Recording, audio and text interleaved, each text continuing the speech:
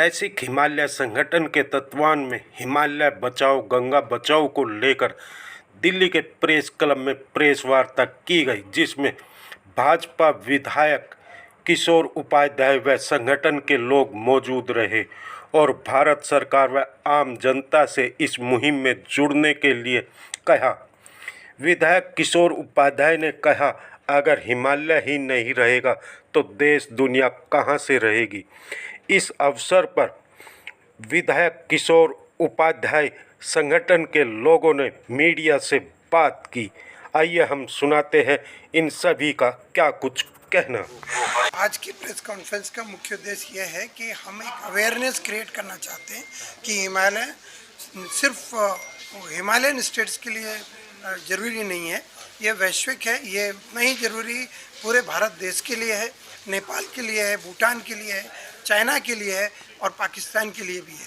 क्योंकि आप देखेंगे इंडस, झेलम, चिनाब ये जो जा रही हैं पाकिस्तान में, और वहाँ पर जो फूड ग्रेनरी है पंजाब, वो भी हिमालय से है। हमारे यहाँ पर जो है वो भी हिमालय से है।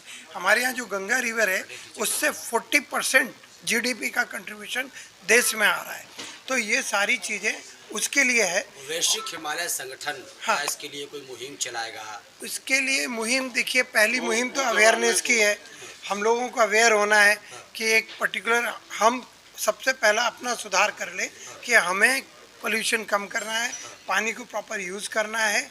और कहीं ना कहीं अगर मुझे ग्लेशियर जो मेल्ट हो रहा है, ग्लेशियर्स जो मेल्ट हो रहे हैं, वो ग्लेशियर मेल्ट ना हो, उसके लिए जो कोशिश हो सकती है वो करें। देखिए, मैं आपका बहुत आभारी हूँ और विशेषकर प्रेस क्लब का बहुत आभारी हूँ। ये जो भविष्य में हम लोग तब रहें न रहें, आपके बच्चे, उनके पोते रहें सही ढंग से, तो वो प्रलय को रोकने की का एक छोटा सा एक हम लोगों ने प्रयास किया है।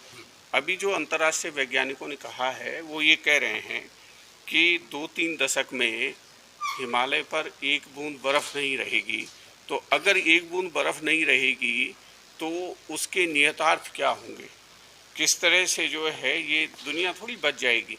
तो हमारी कोशिश ये है कि हिमालय को बचाया जाए। उसके जो अभी वेनेजुएला का आपने पढ़ा ना कि वहाँ के सारे ग्लेशियर ख़त्म हो रहे हैं, उसी तरह से हिमालयन ग्लेशियर भी ख़त्म हो जाएंगे तो क्या दिल्ली बच जाएगी क्या?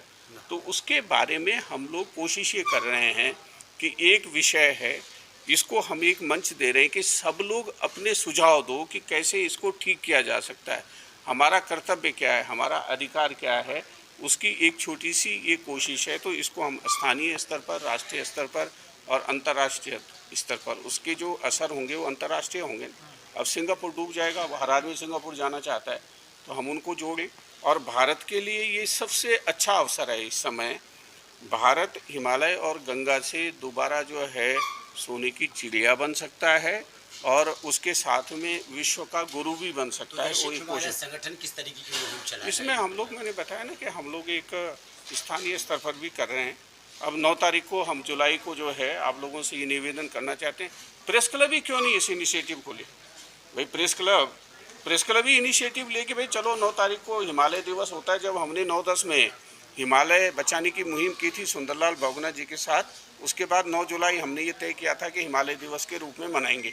और सबसे पहले हमने उत्तराखंड से इसकी शुरुआत की कि ये हिमालय दिवस सरकारी जो है वो रूप में मनाया जाए। तो ये प्रेस क्लब से मैं निवेदन करूंगा कि 9 जुलाई को आप ही एक कार्यक्रम रख लीजिए और जो इस विषय के जानकार हैं उनको सबको बुला करके कि आगे इसको कैसे बढ़ाना है। ये ओपन फोरम में हम एक वो विमर्श रखना चाहते हैं पूरे देश में भी, स्थानीय स्तर पर भी और जो है देश के बाहर भी। सरकार से भी कोई अपील इस मुद्दे में? मुख्यमंत्री जी से मैंने बातचीत की थी, बल्कि वो कह रहे थे कि अगर आप ये समझेंगे मेरे आने की आवश्यकता है तो मैं भी आऊँगा। जब हमने शुरू किया था 9-10 में, तो तब जो है हमारे धूमल साहब ने सारे हिमालयी राज्यों की एक बैठक बुलाई थी।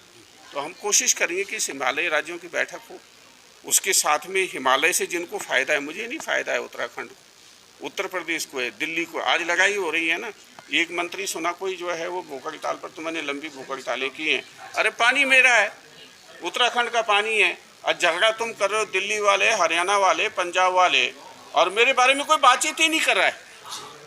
कि आपका पानी ये बताओ, हम इसमें आपके लिए क्या कर सकते हैं, इसको बचा के कैसे रख सकते हैं, उसकी नई बातचीत हो रही है। तो ये जो बहुत ही महत्वपूर्ण विषय है, यमुनोत्री ग्लेशियर को ये कैसे बढ़ा सकते हैं?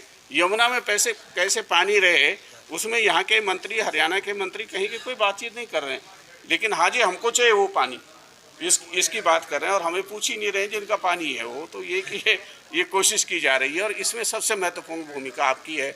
मैं हाथ जोड़ करके मीडिया से निवेदन करना चाहता हूँ कि अपने बच्चों के भविष्य के लिए इस मुहिम को आगे बढ़ाने का काम करें।